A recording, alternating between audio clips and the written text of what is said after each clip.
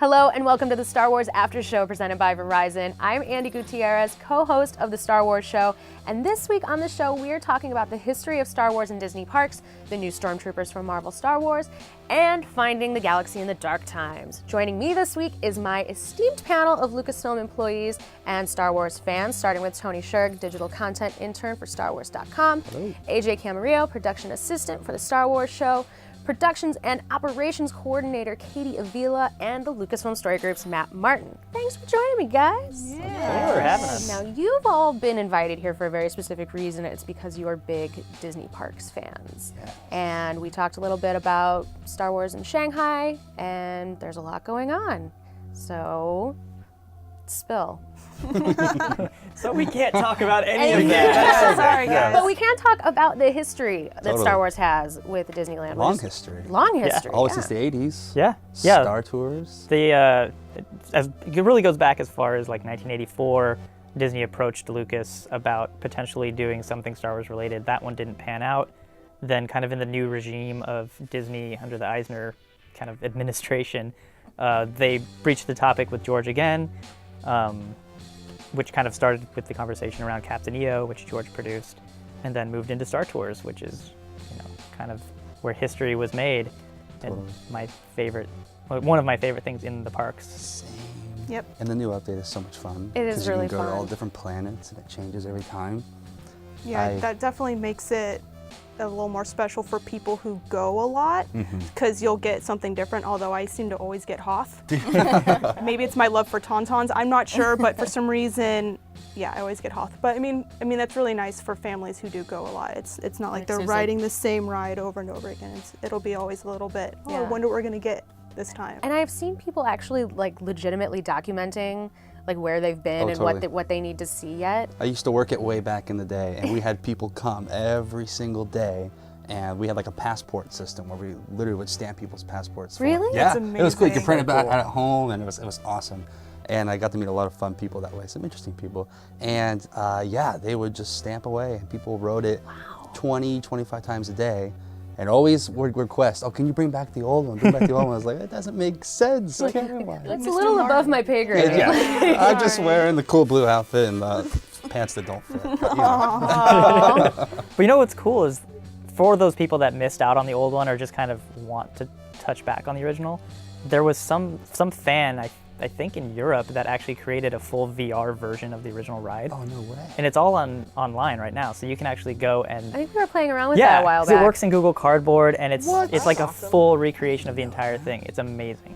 That's cool. We know how Tony's spending the rest of his Yeah. time. I'll send you a link. It's great. over and over Now, again. is it English Rex or is it like French No, Rex? it's English Rex. Okay. I remember because Matt and I went to Disneyland Paris around Celebration Germany, and it was the old version. And even though it was in French, I knew you know every line because you've wrote it so many times. And I just remember tearing up. I'm like, oh my God, it's Rex, and this is so amazing. He's speaking French, but I know what you're saying. It's okay. Because that was after it'd Yeah, been that was changed after over the here, so change. being able to see classic Rex again was really rad. Have you been to all of the Disney parks? You haven't been to Shanghai. Haven't been to Shanghai, haven't been to Hong Kong. Shanghai looks great, though. It does. From what we saw on the show this week. Yeah. It does The look launch cool. bay and Kylo Ren speaking Mandarin. I mean, come on. That's That so was crazy. awesome. Yeah. Kind of more intimidating for some reason. Because you're like, I don't know. I don't know how mad you are at me right now. Yeah.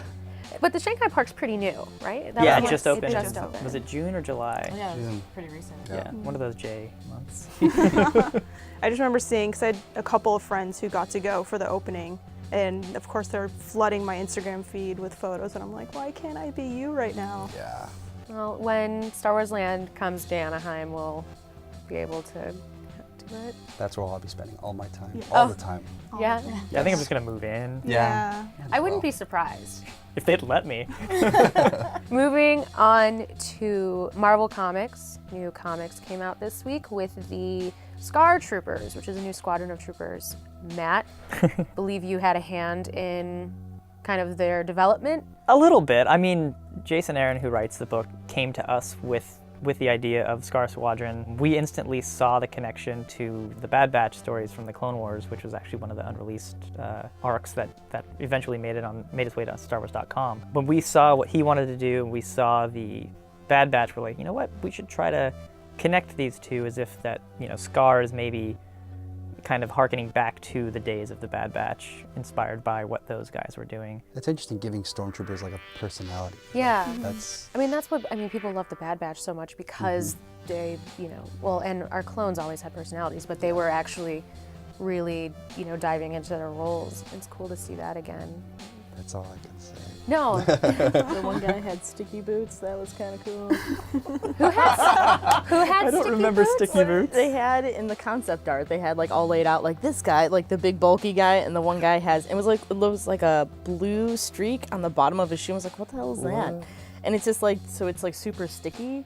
So you can. That's awesome. I don't even remember that, but I love it. Just climb up buildings. I just imagine him walking on the ceiling, and he's like, "Hi, gotcha." So one other thing that I talked about with Trevor Noah this week, who's awesome, by the way, super cool guy, was that, we kind of grew up in this time where it was between the original trilogy and the prequel trilogy, and there wasn't a whole lot of major releases to kind of get people excited and draw them into Star Wars. So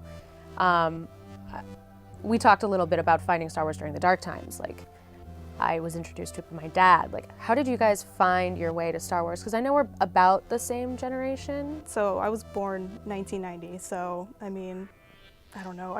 It was always something that I knew about, but I completely blame Matt because, it was like in my high school and stuff, it was just like a movie that you watched. It wasn't like this community. So Matt is the one who introduced me to going to conventions, and that's when I saw that it could be something more that you can like really like get into and like love, and that's definitely what brought me into it, was like gaining the friends that I have now and just seeing like the love that the fans have for it just like completely got me into it. Because that's what kept Star Wars going through all of Definitely.